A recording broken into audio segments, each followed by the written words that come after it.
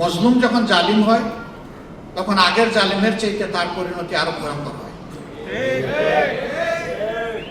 এ কোথাও আমরা সংসদে দাঁড়িয়ে বলেছি, আমরা এটাও বলেছি ক্ষমতার দ্বন্দ্বে কেউ যেন আমরা একদম দিশাহারা হয়ে না যায়। আজকে সরকারি গ্যালারিতে যারা বসেছেন আর আমরা যারা বিরোধী বেঞ্চে বসেছি, এটা যে কোনো সময় পরিবর্তন হতে পারে।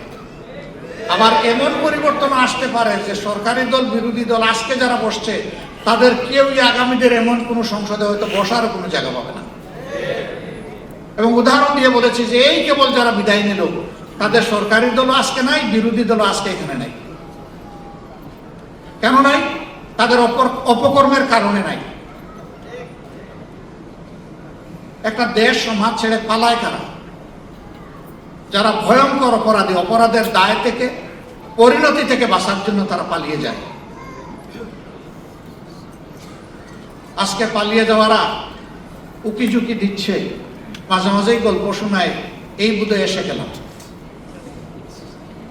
যে মানুষ ডেইলি একবার বলে আমি আত্মহত্যা করব, ও জীবনেও আত্মহত্যা করে না।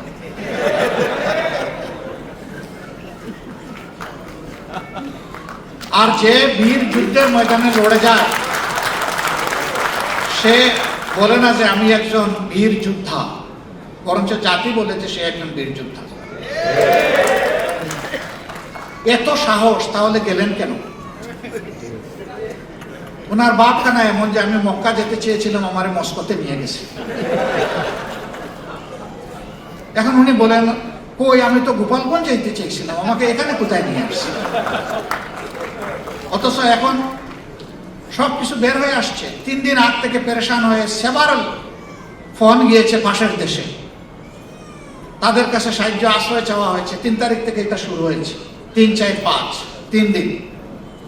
সেটাকে গোপালগঞ্জ যাওয়ার জন্য ভারতে ফোন দিয়েছিলেন নাকি? এই কপটতা, জাতির সাথে এই তামাশা, এটা জাতি আর দেখতেও চায় না, শুনতেও চায় না। পাশের দেশ দাবি করে তারা আমাদের সবচেয়ে বড় বন্ধু। তো সবচেয়ে বড় বন্ধু হয়ে বাংলাদেশের সবচেয়ে বড় কিলারকে আপনারা বুকে জাগাচ্ছেন কেন? সুযোগ জাগা দেন নাই। আপনারা সমস্ত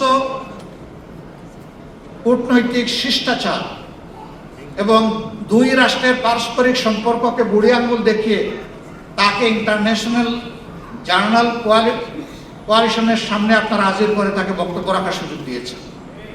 আমরা তার নিন্দা জানি। কাজ করবেন শত্রুর গাল ভরা, বলবেন আমি বন্ধু। বাংলাদেশের মানুষ এত বোকা না। অপার থেকে মাঝে মাঝেই হুমকি দমকি দেওয়া হয়, আমরা কাউকে হুমকি দিতে চাই না। যে রাখাল ছেলে রাতের বেলা তার গরুগুলো আনতে গিয়ে বা পশুগুলো আনতে গিয়ে খোলা মাঠে একা পড়ে যায়, তখন দেখবেন যে খুব উচ্চ স্বরে সে গান গায়। এটা গান শোনানোর জন্য না, বয় ফাড়ানোর জন্য।